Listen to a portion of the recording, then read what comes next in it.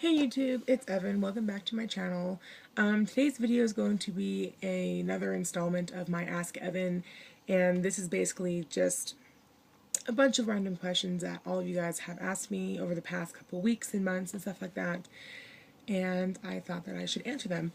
This is probably going to be a two-part video just simply because there is 17 questions and it might take a little bit, so I'll kind of break them down to like 7 to 8 minute increments if possible. So number one, will you ever make a video of you calling your circle? Surprisingly, I really actually don't call circles unless I'm doing a major ritual or working on an Esbat or working on a Sabbat. Most of that is because I generally don't do a lot of spell work in general. I more so do like guided meditations as well as like purifications and cleansings more so than anything. And a lot of that is for personal use. It's not really on other people, so like I don't really feel like I need to call a circle. But maybe sometime in the future I will show you guys how I personally do it, or a basic way on how you can do it. If you don't know how, I'll show you guys just so you guys know. Number two, do you do rituals? What is the last one that you did? I actually have not done a ritual in quite some time, just simply because I don't want to bring any of my mundane negativity from all of the bullshit I've been going through the past couple months into a spell or a ritual. I don't want to basically taint the energy with that. So I don't really do any rituals when I'm upset or stressed out or angry. With that being said, so I haven't done one in quite a while, and the last actual ritual I did, I think, was on Ostera, which was several months ago. And for Ostera, basically all we did was we cooked a nice delicious meal of traditional Wiccan pagan foods for back in the ancient times that our ancestors probably ate for this time of year, and we listened to music and hung out with friends, and we planted flowers and picked up garbage. Number three, how can I use lavender and rosemary for my home or in a spell? Lavender and rosemary are both really good for healing spells and for protection, so I highly recommend you put them in a protection home sash above each door and every window, or you can do them in love spells. You can grind them up and make them loose incense for love spells or for protection spells. You can also use them to help promote restful sleep. Again, make a little mojo bag, or you can simply crush them up really finely and add them to a candle, kind of sprinkle them on the flame and kind of meditate upon the candle and kind of relax before you go to bed. That's some ways you can use lavender and rosemary.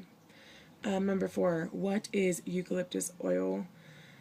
Eucalyptus oil is used for quite a bit of things, mostly in healing and in prosperity.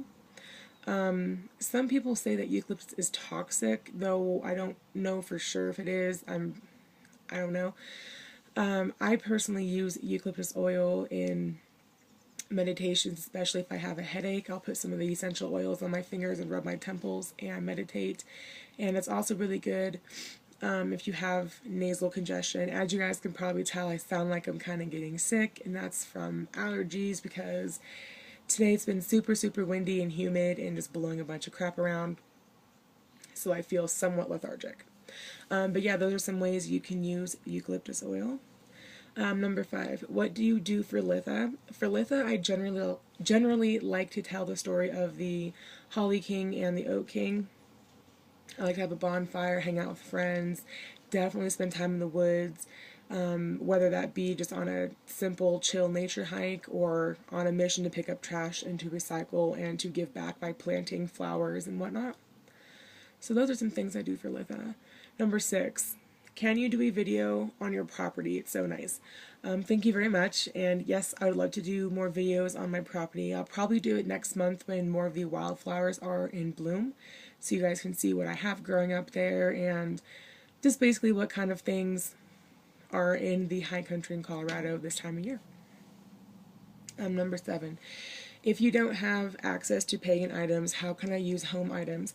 I'm actually going to do a urban/suburban witchery series. It's going to be just a few videos, maybe one, two, possibly three, just basically telling you guys, showing you guys things you can use if you don't have, money to purchase traditional items, or if you live in a household or any location where I guess religious freedom is not so much acceptable. Just by using home items, you can kind of, cover it up a little bit easier. So yeah, I will show you guys how to do that in an upcoming video. And number 8, how is the weather in the summertime where you live? I live really, and well, I live in a valley, but I live in high country in Colorado, and we have a lot of really crazy weather.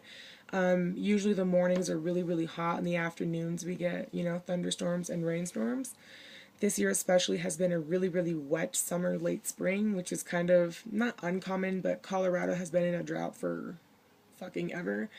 So it's really, really super green here, and it's been a pretty chill, like 70 degrees. It hasn't been, crazy the past couple of years. It's been almost 90 degrees where I live, which is really, really uncommon.